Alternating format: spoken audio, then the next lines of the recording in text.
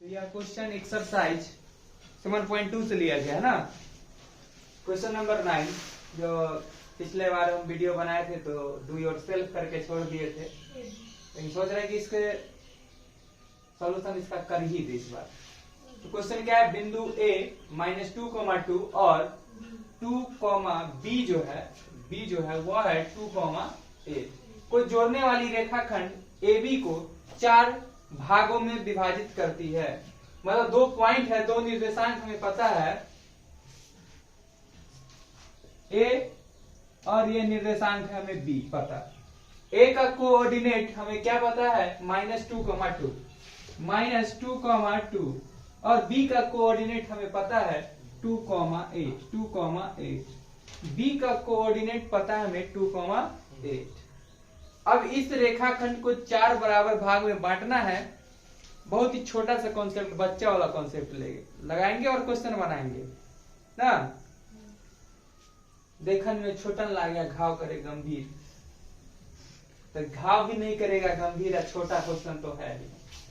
अगर 4 equal part में बांटना होगा तो सबसे पहले मेरा काम क्या होगा, 2 इक्वल पार्ट में बांटना। अब कोई भी चीज को 2 इक्वल पार्ट में बांटने के लिए हमें यह पता करना जरूरी होगा कि वह कितना लंबा है। उस लंबाई को हम लोग आधा कर देंगे 2 से डिवाइड करके, यानी कि हम लोग को जब बांटने की बात आती है बराबर भाग में तो हम लगा देते हैं मध्य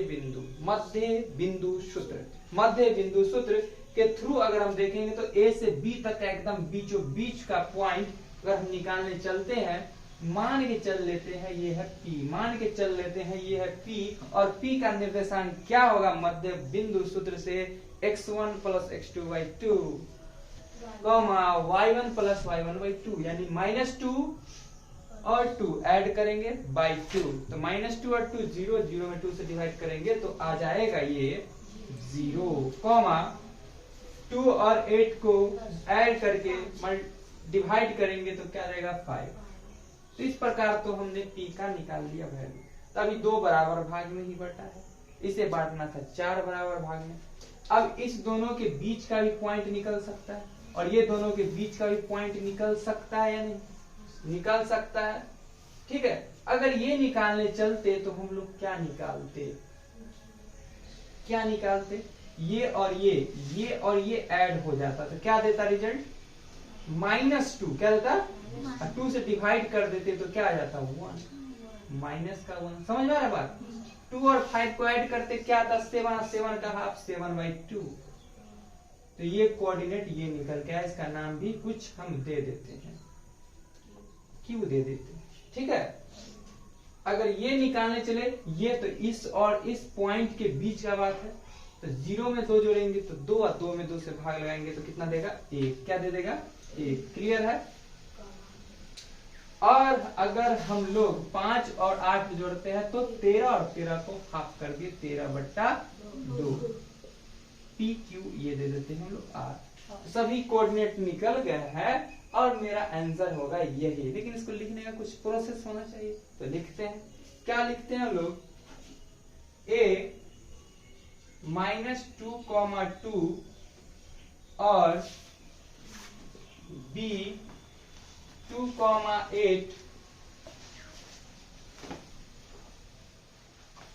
से बने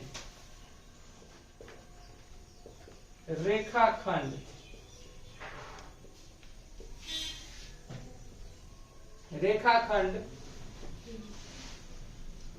को 4 बराबर भागों में बांटा गया है, यह गिवन है।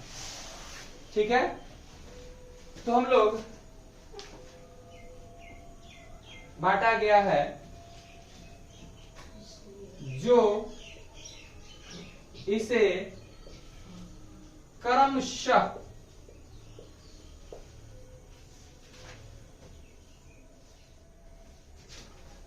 मतलब लगातार Q, P, इसका नाम अच्छा हो जाता है, हम लोग यहाँ से रखते चलो अच्छा होता है P, इसको देते Q और R। ठीक है, क्रमशः पी क्यू और आर बिंदु से विभाजित करती है। बिंदुओं से 4 बराबर भाग में विभाजित करती है या बांटती है, जो भी लिखना हो, विभाजित करती है। ठीक है, अब लगा देंगे हम लोग मध्य बिंदु सूत्र। ठीक है, लिखेंगे मध्य बिंदु सूत्र से, मध्य बिंदु सूत्र से हम लोग कोऑर्डिनेट निकालेंगे। सबसे पहले किसका, क्यू, क्यू का निर्देशांक, क्यू का निर्देशांक। तो क्यू का निर्देशांक बराबर -2 प्लस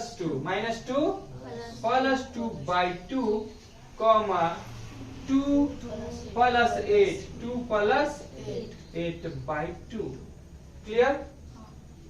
तो क्या आएगा, 2 में से 2 गया तो 0/2 कॉमा 10/2, यानी कि निर्देशांक निकल के आएगा 0,5। समझ में आ रहा बात? क्यू अब निकालेंगे पी का निर्देशांक, पी का निर्देशांक। तो पी ये है ना कोऑर्डिनेट, सॉरी कहा गया, पी का निर्देशांक यही है, यानी कि ये कहाँ है, दोनों के बीच में, यानी कि -2 प्लस 0/2 और 2 प्लस 5, 2 प्लस 5/2, यानी कि आ जाता है -2/2 कॉमा 7/2, और इस प्रकार से आता है -1,7/2। क्लियर? अब आर का निर्देशांक, आर का निर्देशांक तो निकल के आएगा क्या चीज, आर मतलब ये, यानी कि 0 प्लस 2/2, 0 प्लस 2/2 कॉमा 5 प्लस 8/2। ठीक है, यानी कि 2/2 कॉमा 13/2, यानी कि 1,13/2। तो इस प्रकार क्या निकल के आ गया हमें, पी क्यू और आर का निर्देशांक। तो ये हम लोग बना दिए कौन सा सूत्र से, मध्य बिंदु सूत्र से। लेकिन अगर हम लोग बनाने चलते इसको सेक्शन फार्मूला यानी विभाजन सूत्र से, तब भी यह क्वेश्चन बनता। और उस स्थिति में हम लोग कैसे चलते, क्योंकि यहाँ पर बोला गया था क्या चीज, 4 बराबर भाग में बांटने के लिए, तो इसका अनुपात सभी इक्वल होंगे, सारे अनुपात इक्वल होंगे। सारे अनुपात, लेट्स सपोज दैट कि हम लोग मानते x अनुपात है। ठीक है, तो सारे x को अगर हम x में अगर कॉमन बात देखेंगे तो 1 दिखेगा। अनुपात निकालने चाहेंगे तो x बट्टा x कट के क्या देगा, 1/1, यानी हर एक रेशियो जो होगा 1:1:1:1 देगा। समझना इस बात को। अगर हमें यहाँ Q का मान सपोज दैट P का कोऑर्डिनेट निकालना होता, तो यहाँ से यहाँ तक कितना रेशियो जा रहा था, 1, और शेष कितना बच जाता है यहाँ तक, 3। तो हम लोगों को याद है फार्मूला, सेक्शन फार्मूला। देखो M1 के जगह पर यहाँ पर क्या हो जाता, इस स्थिति में अगर बनाते तो M1 बराबर क्या आ जाता, तो 1 आ जाता, और M2 बराबर क्या आ जाता, तो M2 बराबर 3 आ जाता। और सेक्शन फार्मूला हम लोग क्या जानते थे, x, y निकालने के लिए कोऑर्डिनेट का, x, y कोऑर्डिनेट। ठीक है, सॉरी, इसमें अब हम लोग बहुत कुछ मान सकते हैं। पहला कोऑर्डिनेट को x, y मान लेंगे, दूसरा को मान लो a, b मान लेंगे, तीसरा को मान लेंगे c, d, कुछ भी मान सकते हैं। या स्टार्ट से ही करते हैं हम लोग ये कि a, b मान लेते हैं इस कोऑर्डिनेट को, a, b मान के चलते इस कोऑर्डिनेट को। ठीक है, तो हम लोग क्या जानते हैं फार्मूला, सेक्शन फार्मूला M1। ठीक है, तो a बराबर यहाँ पर होगा, जैसे हम लोग सेक्शन फार्मूला जान लेते ये कि x बराबर क्या होता है,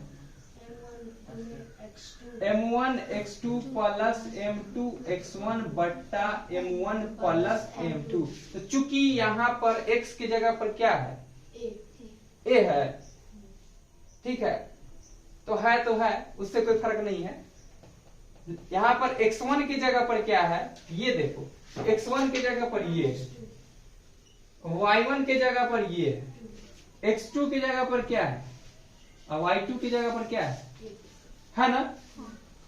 हम एक क्वेश्चन मतलब एक इस फॉर्मूला में बना के दिखाते हैं, समझ में आ जाएगा, आगे कैसे करेंगे थोड़ा बता देते हैं। तो a का कोऑर्डिनेट और b का कोऑर्डिनेट जो हम पहले निकाल चुके हैं, a कोऑर्डिनेट b कोऑर्डिनेट यही ना निकला है। अब इस फॉर्मूला पे भी हम बैठा करके देखते हैं निकलता है नहीं। तो क्या होगा, हम लोग कोऑर्डिनेट निकालेंगे। तो m1 के जगह पर मेरा वैल्यू देखो, m1 यही ना है और यह क्या है मेरा m2 है। समझ में आ रहा बात, यानी कि 1 मल्टीप्लाई x2 की जगह पर क्या होगा 2, x2 की जगह पर क्या होगा 2 प्लस फॉर्मूला वाला m2 के जगह पर क्या होगा 3 मल्टीप्लाई, समझना ध्यान से बात को, मल्टीप्लाई और x1 के जगह पर क्या होगा माइनस 2 अब बट्टा क्या 1 प्लस 3, समझना है। तो क्या आएगा, 2 एकम 2 प्लस माइनस 6 बट्टा में 4, समझ रहा बात ना। रिजल्ट क्या मिलेगा, यहाँ देखो 4 में से, ठीक है ना, तो हम लोग देखो यहाँ पर घटा देते हैं, -4 बट्टा 4, 4 एकम 4, तो -1, देखो आ गया -1 आ गया ना। अगर हमें किसका कोऑर्डिनेट निकालना, देखो a, b निकाल रहे थे, तो यहाँ पर सिर्फ हमें क्या निकल के आया है, a का वैल्यू निकल के आ गया है, जगह कम था इसलिए हम b बगल में लिखे थे। b बराबर क्या, तो b बराबर फॉर्मूला क्या y, यानी कि b बराबर तो y बराबर फॉर्मूला क्या जानते हैं m1 y2 plus m2 y1 बट्टा m1 प्लस m2। तो m1 के जगह पर कितना 1 मल्टीप्लाई y2 की जगह पर कितना 8 प्लस 3 ना m2 की जगह पर, और y1 की जगह पर कितना 2 मल्टीप्लाई 2 और बाई क्या आ जाएगा 4 ही आएगा ना। तो यहाँ से 8 एकम 8, 8 एकम 8, 3 दूनी 6, 8 6 14 बट्टा आया 4, 2 सत्ते 14, 2 दूनी 4, 7 बट्टा 2। तो यहाँ भी हम देखे कोऑर्डिनेट क्या आया वही आया। तो हम लोग सेक्शन फार्मूला से भी इस क्वेश्चन को करते तो आंसर यही आता, बस समस्या ये होता कि थोड़ा कैलकुलेशन थोड़ा बढ़ा जाता। तो हम लोगों को समय बचाना है, तो स्मार्ट तरीका से सोचेंगे तो हम लोग किसका उपयोग करेंगे, मध्य बिंदु सूत्र का उपयोग करेंगे, नहीं तो विभाजन सूत्र से तो बनना ही है क्वेश्चन। ठीक है, चलो इसको नोट कर लो, आगे कर लेना।